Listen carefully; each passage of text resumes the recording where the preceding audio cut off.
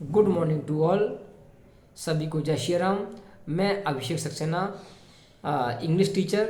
मैं आप लोगों को इंग्लिश भाषा सीखने के लिए, या यूँ कहें कि कोई भी भाषा सीखने का जो सही क्रम है वो बताने जा रहा हूँ। तो आप यदि कोई भाषा सीखना चाहते हैं तो फर्स्टली उस भाषा के शब्दों को, वर्ड्स को, सेंटेंसेस को सुने, बार बार सुने, और सुनने के बाद उन सेंटेंसेस को बोलने का प्रयास करें। तो फर्स्टली स्टार्ट लिसनिंग, सुनना शुरू करें। नंबर 2 स्टार्ट स्पीकिंग, फिर उनको बोलना शुरू करें। नंबर 3 स्टार्ट रीडिंग, फिर उन वर्ड्स को, सेंटेंसेस को आप रीड करें, लाउडली रीड करें। Then last you start writing, फिर आपको लास्ट में नंबर 4 पर लिखना शुरू करना है। जबकि हम लोग क्या करते हैं, इस सीक्वेंस को डिस्टर्ब कर देते हैं। पहले हम कभी बार लिखना शुरू कर देते हैं, फिर बोलना शुरू कर देते हैं, तो कहीं ना कहीं हम भाषा को सही तरीके से सीख नहीं पाते हैं। जैसे हमने अपनी मातृभाषा सीखी है, फर्स्टली हमारा जो बच्चा होता है वो छोटा सा चाइल्ड होता है, उसको हम बोलते रहते हैं, ये बेटा, ये आपके पापा हैं, ये आपके भाई हैं, ये आपका सिस्टर है, ये आपका ब्रदर है, जबकि वो कुछ बोलता नहीं है। वो काफ़ी समय तक वो सुनता है। देन फिर वो धीरे धीरे उसको बोलता है भाषा को, फिर वो धीरे धीरे सेंटेंस बनाने लगता है, और फिर वो पढ़ता है।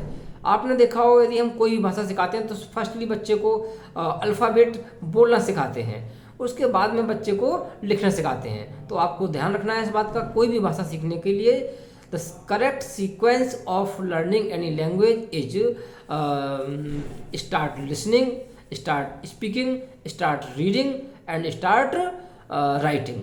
यदि आप किसी भाषा को इसी क्रम में सीखेंगे तो वह भाषा आप इजीली, आसानी से और बखूबी अच्छी तरीके से सीख लेंगे। हम लोग देख रहे हैं कि आजकल स्टूडेंट्स को स्कूल और कोचिंग्स के द्वारा क्वेश्चन आंसर दिए जाते हैं, और बच्चे उन क्वेश्चन आंसर्स को लर्न करते हैं और उनको बिना समझे प्रॉपर तरीके से वो उसको रट लेते हैं, और वो अपने टीचर्स को सुना देते हैं और एग्ज़ाम में भी लिखे आते हैं, क्वालिफाई हो जाते हैं। बट प्रॉपरली उन क्वेश्चंस का अर्थ, आंसर्स का अर्थ वो समझने में असमर्थ हैं, बिकॉज कहीं ना कहीं उनकी जो भाषा पर पकड़ है वो सही तरीके से नहीं है। उनका जो लैंग्वेज पर होल्ड होना चाहिए वो नहीं है। कई बार बच्चों से पूछते हैं, आपने जो क्वेश्चन सुनाया, मुझे याद कर लिया आपने, इसका सेंस क्या है? वो चुप रह जाते हैं, इस क्वेश्चन का आंसर नहीं दे पाते हैं। और ऐसी अवस्था में यदि एग्जामिनर उनसे क्वेश्चन कोई घुमा के पूछ लेता है, या चैप्टर एक्सरसाइज के अलावा कोई क्वेश्चन जो एक्स्ट्रा बना कर दे देता है, तो वो क्वेश्चन अटैम्प्ट नहीं कर पाते हैं स्टूडेंट्स।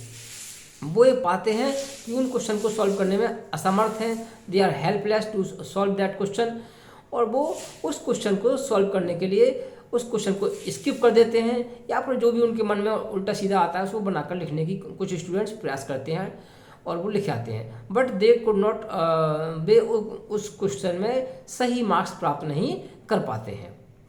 तो आप लोग अपने स्टूडेंट्स, बच्चों को, अपने स्टूडेंट्स को इस बात पर फोकस करने को कहें कि वो भाषा को समझें। और इंग्लिश सीखना केवल इंग्लिश सीखना नहीं है।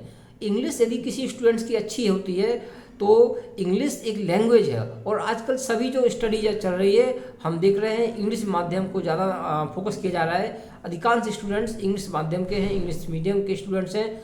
तो इंग्लिश स्टूडेंट्स के लिए इंग्लिश न केवल ओनली वन सब्जेक्ट में हेल्पफुल है, या उनकी साइंस में, या उनकी एसएसटी में, या उनकी जीके, कंप्यूटर, इवन मैथमेटिक्स में भी उनको हेल्पफुल रहती है।